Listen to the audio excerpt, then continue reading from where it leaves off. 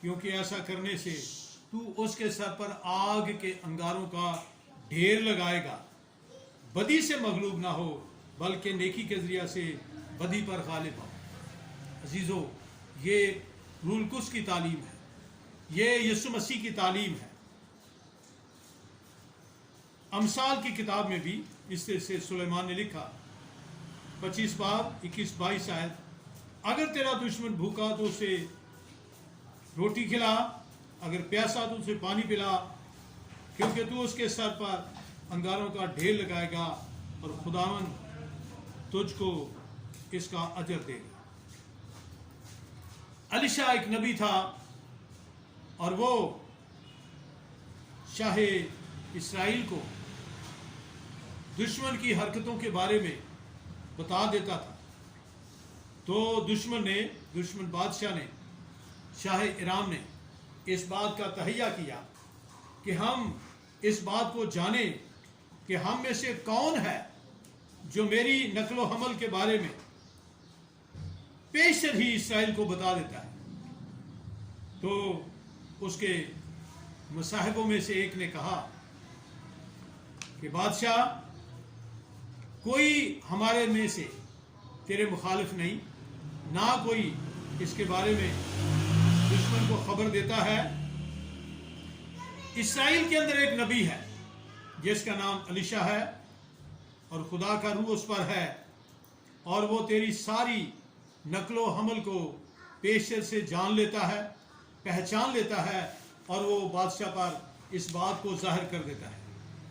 تو اس سے بادشاہ نے، شاہ ارام نے ایک لشکر تیار کیا اور اسے شاہ اسرائیل کی طرف الیشا نبی کو پکڑنے کے لیے بھیجا۔ اور جب وہ شہر سے باہر لشکر تھا تو نبی کو اس بات کا پتہ تھا، اور نبی کے ساتھ اس کا خادم جہازی تھا۔ تو جہازی دیکھ کے شہر کے چاروں طرف رامی لشکر، وہ گھبرا گیا، اور وہ کہتا ہے کہ بادشاہ، نبی بزرگوں، دیکھیں کتنے دشمن ہمارے شہر کو گھیرے ہوئے ہیں۔ تو الیشا نے دعا کی، اے خدا اس کی آنکھیں کھول دے۔ اور جب اس کی آنکھیں کھل گئیں، اس نے دیکھا ہماری مدد کے لیے ان کی تعداد سے کہیں زیادہ ہے، اور الیشا نے وہ جو ارامی لشکر تھا ان کی آنکھیں بند کر دی، ان کو کہا خدا نے ان کو اندھا کر دے، اور وہ سارے کے سارے اندھے ہو گئے۔ اور الیشا نے ان سے پوچھا کہ بھائی تم کس کو تلاش کرتے ہو؟ اور انہوں نے کہا ہم الیشا کو تلاش کرتے ہیں۔ تو اس نے کہا آؤ میں تمہیں اس نبی کے پاس پہنچا دوں۔ اور نبی آگے آگے چلا، اور وہ سارا لشکر اس کے پیچھے پیچھے چلا، کیونکہ ان سب کی آنکھیں بند تھیں۔ اور جب وہ شہر کے بیچ میں پہنچ گئے، بادشاہ کی بڑی حویلی میں پہنچ گئے، وہ سارا لشکر، اور بادشاہ بھی نکل آیا، تو الیشا نے دعا کی، اے خداوند اب ان کی آنکھیں کھول دے۔ اور ان کی آنکھیں کھل گئیں، اور وہ گھبرا گئے کہ چاروں طرف سے ہم ایک قلعہ کے اندر گھر گئے ہیں۔ تو نبی نے کہا گھبراؤ نہیں۔ اور بادشاہ نے کہا شاہ اسرائیل نے کہ کیا میں ان کو قتل کر دوں؟ تو نبی نے کہا نہیں بادشاہ، ایسا نہیں، جن کو تو اپنی تلوار سے اسیر کر کے لاتا ہے تو ان کے ساتھ کیا کرتا ہے؟ ان کے لیے کھانا تیار کر، ان کو کھانا کھلا۔ اور اس نے کھانا تیار کیا، ایک بڑی ضیافت، اور ان سب لوگوں کو وہ کھانا کھلایا گیا۔ اور اس دشمن کو نبی نے کہا ان کو کھانا دیا نہیں۔ یہ ہے مسیحی سلوک، تاکہ لوگوں کو خداوند کے لیے جیتا جائے۔ اور وہ سارا لشکر اور ان کے افسران بڑے شرمندہ ہوئے، اور وہ واپس چلے گئے۔ اور لکھا ہے کہ اس کے بعد انہوں نے اسرائیل پر حملہ نہیں کیا۔ تو میرے عزیزو، مسیحی زندگی کا عملی نمونہ دشمنوں کے تعلق سے ان کے لیے ان کے ساتھ کیسا رویہ کرنا چاہیے، یہ ہم اس کلام مقدس میں ہم دیکھتے ہیں جو خدا یسوع مسیح نے سکھایا اور جو روح القدس نے خدا ان کے مختلف خادموں کے وسیلے سے جو باتیں قلم بند کی۔ یہاں پہ پہلا پطرس دوسرے باب کی 21-22 آیت میں ہم یسوع مسیح کا ان کی زندگی کا عملی نمونہ دیکھتے ہیں۔ اور تم اسی کے لیے بلائے گئے ہو، کیونکہ مسیح بھی تمہارے واسطے دکھ اٹھا کر تمہیں ایک نمونہ دے گیا تاکہ اس کے نقش قدم پر چلو۔ نہ اس نے گناہ کیا، نہ اس کے منہ سے کوئی مکر کی بات نکلی، نہ وہ گالیاں کھا کر گالی دیتا تھا، نہ دکھ پا کر کسی کو دھمکاتا تھا، بلکہ اپنے آپ کو سچے انصاف کرنے والے کے سپرد کرتا تھا۔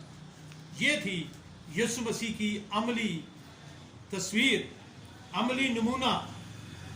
اور یسوع مسیح نے صلیب کی حالت میں، اس نے لوکا 23 باب کی 34 آیت میں لکھا ہے، یسوع مسیح نے کہا جب وہ مصلوب ہوئے، صلیب دیا گیا، رات بھر ان لوگوں نے یسوع مسیح کو کوڑے مارے، دکھ دیا، ذلیل کیا، کرمزی چوگا اس کے اوپر پہنا کر اسے جھک جھک کے سجدہ کرتے ہیں، بادشاہ عذاب سرکنڈا ہاتھ میں دے کر اس کی بادشاہت کی توہین کرتے، آنکھیں بند کر کے اس کو مکہ مار کے کہتے نبوت سے بتا تجھے کس نے مارا۔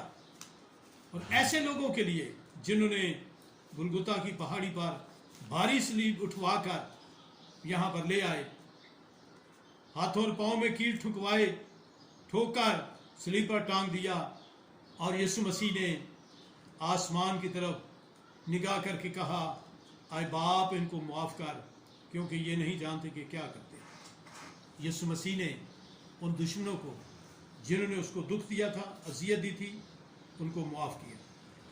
اور جو نمونہ یسوع مسیح نے چھوڑا، اس کا ایک حواری جو اعمال 7 باب کی 60ویں آیت میں استفنس شہید کیا گیا، جب وہ لوگ اس کو شہید کر رہے تھے تو اس نے کہا اے خداوند میری روح کو قبول فرما اور یہ گناہ ان کے ذمہ نہ لگا، یہ کہہ کر سو گیا۔ عزیزو، دشمنوں کے تعلق سے یسوع مسیح کی یہی تعلیم ہے، دشمنوں سے پیار کرنا، دشمنوں کو معاف کرنا، دشمنوں سے اچھا سلوک کرنا، یہ مسیح ایمان کی بڑی پاور تھی۔ اور اس بڑی قوت اور اس بڑی پاور کی وجہ سے مسیحیت پہلی دوسری صدی کے اندر ہی ساری دنیا کے اندر پھیل گئی، اور آج بھی خدا ان کے جلال کے لیے کرۂ ارض پر دنیا کے ہر ایک ملک کے اندر مسیح کی کلیسیا موجود ہے، اور مسیح کی کلیسیا تعداد میں، نمبرنگ میں دنیا کی تمام کمیونٹی سے سب سے ٹاپ ہے۔ اور خداوند کی تعریف ہو، ان صدیوں کے اندر خداوند نے کلیسیا کو ہی زمین پر اپنا اختیار قائم کرنے کا فضل دیا ہوا ہے۔ تو میرے عزیزو، آئیے ہم اس بات پر غور کریں کہ ہم کس طور سے اپنے دشمنوں سے رویہ کرتے ہیں۔ ہمارا پازیٹیو کرسچن رویہ، ایٹیٹیوڈ لوگوں کو جیتنے کا بہت بڑا سورس ہے، خدا ان کے پاس لانے کا ذریعہ ہے۔ مسیح کے بارے میں لکھا ہے مسیح بھی تمہارے واسطے دکھ اٹھا کر تمہیں ایک نمونہ دے گیا ہے۔ ہمیں مسیح کے نمونے پر چلنا ہے اور مسیح کے نمونے کو قائم کرنا ہے۔ خداوند آپ کو برکت دے۔ آئیے دعا مانگیں۔ پیارے خداوند، ہم اس بات کے لیے شکر گزار ہیں، تو ہم سے بہت پیار کرتا ہے، گناہ اور بدی بری دنیا میں سے تو نے نکالا، انجیل کے پانی سے غسل دیا، اپنے پاک بیعت لہو سے خریدا، روح القدس کا مسا دیا اور پاک برگزیدہ مقدس قوم ٹھہرایا۔ خدا یہ کلام جو تیرے دشمنوں کے تعلق سے رویے کے بارے میں ہے، یہ کلام زندگیوں کا پیچھا کرے اور بہت سارے لوگوں کو اس پر پورا عمل کرنے کا فضل دے، تاکہ مسیحی ایمان کے اندر، مسیحی زندگی کے اندر، مسیحی زندگی کے نمونے کے اندر دشمنوں سے پیار، دشمنوں سے محبت اور دشمن کے معاف کرنا اور ان کے آگے کھانا رکھنا، ان کو پانی دینا، یہ رویے بہت سارے لوگوں کی تبدیلی کا باعث بنے۔ خداوند یسوع مسیح کے نام سے آمین۔